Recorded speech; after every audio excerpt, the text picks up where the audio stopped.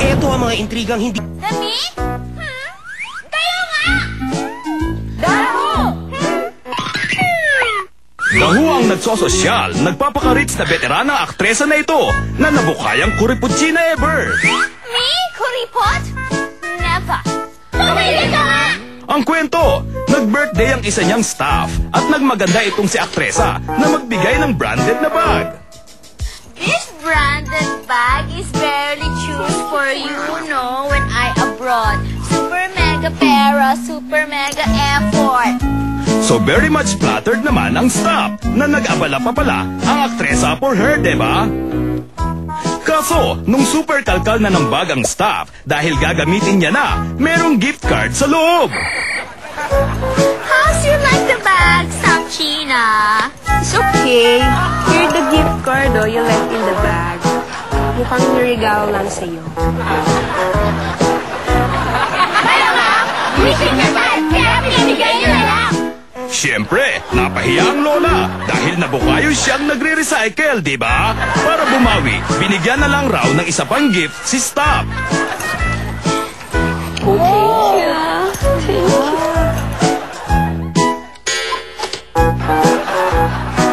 Hindi nga lang sure si staff kung bago ito o recycled ulit. Daho si nagre-recycle na veteran actress, may connect ang name niya sa Good Life, abroad, at itago natin sa name song na Bet Di Mapilis.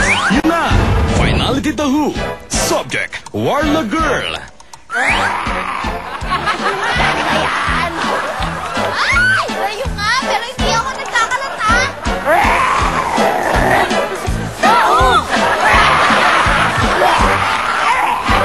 Daho ang Warla Girl na ito, na bongga sana mag-warla. Kung alam nung kawarla niyang siya ang minawarla ng Warla Girl. Ang kwento kasi, sa isang gimikan, supernomo na si Warla Girl, sabay Enter the Dragon ng kaaway ni Warla Girl. Nakiramdam ang lahat sa gagawin ni Warla Girl.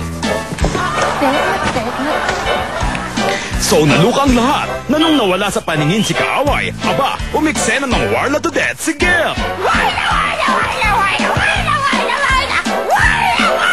Lumitaw uli ang kaaway. Tapos, umalis uli.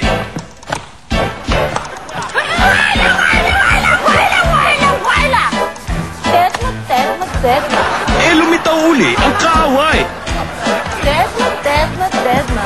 Tapos, umalis uli.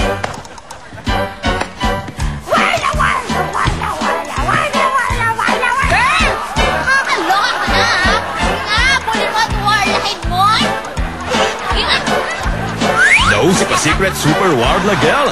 Basta, maaalala siya and friends. At super shogo natin sa name song na Diana Lea Lalala. Yun na! Ako na! Ito ang sport event ng mga mahihilig sa chika. Makakagong beta lang may bagyo sa chika! At hindi na kayo lipat sa China dahil dito lang meron ng... Stardust Olympics!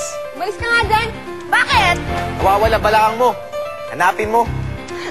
Asan na ba yun?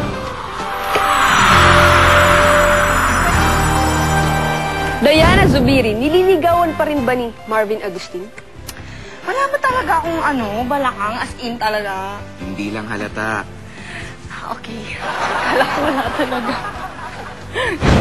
Si Marvin naman palagi lang nandyan eh. Hindi naman ako nagsasara ng pinto. For as long as nandyan siya, sige, nandyan siya, nandito lang din ako. Diana, aware ka ba na gusto yatang pormahan ni Marvin si Katrina Halili? Halata naman yung balakang ko Tignan mo kasi doon baka nahulog mo. Sandali lang. Sure? Wala akong alam sa kanila ni Katrina. Ganon? Kung ano man yung sa kanila ni Katrina, hindi namin napag-usapan ni Marvin. Mali sila diba, together. So, hindi ko alam kung ano nangyari sa kanila. Wala naman siyang nakukwento. And hindi naman din ako nagtatanong. Yasmin Curdy at Michelle Madrigal, hindi raw nagpapansinan tuwing nagkikita. Dahil kaya pareho silang naling kay JC De Vera. Thank you. Di ikaw si Jessie. Salamat, pare. Ay nako, hindi po. Nagpapansinan po kami ni Michelle. Kasi ito si JC Epal kung ano ng mga pinagsasabi. Ikaw, aminin mo, hindi kami nag-aaway. Hindi kami nag-away. Paolo Ravales at Jean Garcia hindi pa umaamin pero nagli-live na daw. No, it's not true. Kasi may bahay naman ako. Yung mga... Pag tinatanong ko naman mommy ko, parang sinasabi niya, inaayos naman niya, sinisettle niya. Parang ayoko na rin pong palakihin. So, hindi na ako masyadong nangingialam. Or so, minsan, parang ang hirap na parang may ganun pala, hindi namin alam, di ba? Hindi pa rin tapos ang kasong hinaharap na sexual harassment ni Baron Geisler. Pero meron na naman daw nagre-reklamo na nakit siya ng kasambahay. Totoo ba ito, Baron? Ano ginagawa mo? Pinamagic ko.